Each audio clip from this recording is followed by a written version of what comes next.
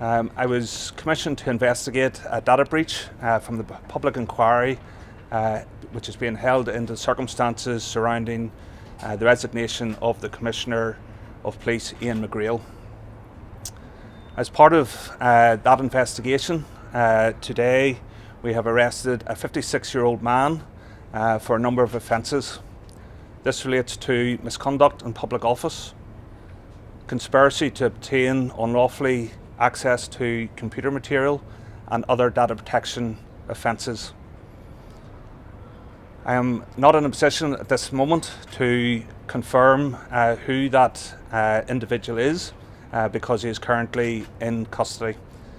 I would say that the conspiracy to obtain access to computer material does directly relate to the public inquiry investigation. The misconduct in public office offence is a subsidiary offence which is linked, but it relates to the removal of material from the Royal Gibraltar Police. And I'm happy to take any questions around the circumstances of my investigation or my role here in Gibraltar.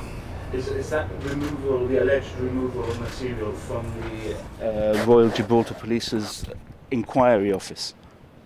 It is not in relation to that. It is a completely separate issue. It relates to removal of material which I have assessed to amount to misconduct in public office. It does relate to a former senior police officer from Royal Gibraltar Police and does not relate to any current serving officers. Sorry, can I just clarify that? Originally there was an investigation on an original data breach. Yesterday GBC revealed that this investigation had been widened. So does the suspicion relate to the original investigation or to the second data breach and the widening of the scope? It's not necessarily a widening of the scope, so we have considered the offence of conspiracy to obtain unlawful access to the computer material. That was directly to do with the public inquiry material at the then Solicitor to Inquiry's offices.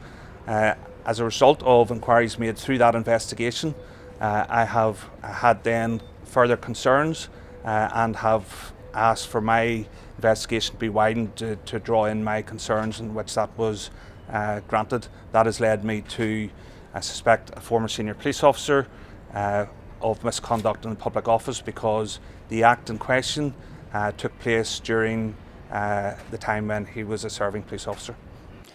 Are you expecting other arrests?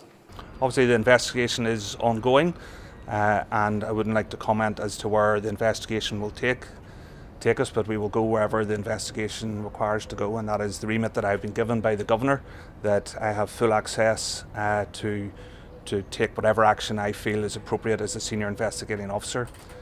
I would like to clarify something that was mentioned yesterday, and that is about the aspect of the independence and the fact that I'm a sworn-in officer of Royal Gibraltar Police. I am a ex-serving officer of the Police Service of Northern Ireland, retired in January this year. For me to operate legally within the Royal Gibraltar area, I have to be a sworn officer. It is a legal requirement. So the only reason for me being sworn in as a temporary basis is in order for me to be able to conduct actions like today, which is effecting arrest. Without that sworn in capacity, I do not have a legal footing to operate in Gibraltar. So it is the only purpose is really to provide a legal pathway for me to operate lawfully as an officer in Gibraltar. Can you just confirm how many people are under arrest as a result of your investigation at this particular moment?